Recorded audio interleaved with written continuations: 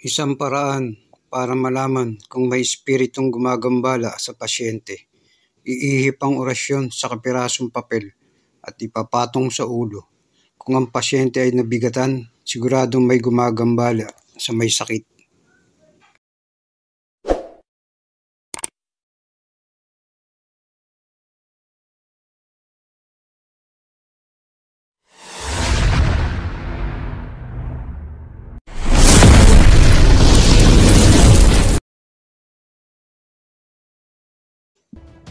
Marami po tayong pamamaraan at kanya-kanya ng estilo ng panggagamot. Marami din para malaman kung may gumagambala sa may sakit o may sanib ang isang pasyente. Mapagpalang araw po sa inyong lahat na taga-subaybay sa aking video.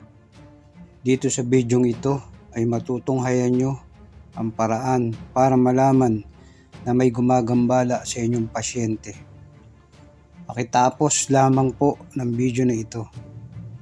Ito ang paraan para malaman kung may espiritong gumagambala sa pasyente.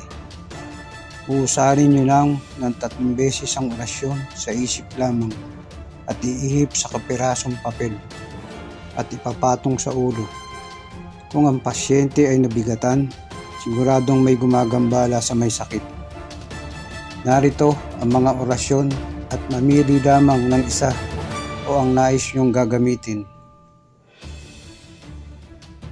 Tigmak, bato, ibare, tuba, luwar, tupu, inurit, diyum, tiyutor, diyum, ayerisit, oktaksit, alimiraktim, animam, seritam, yunatak, suanima, tuksam, sanctissimam, sakraditam.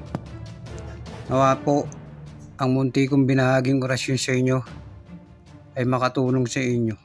Maraming salamat po.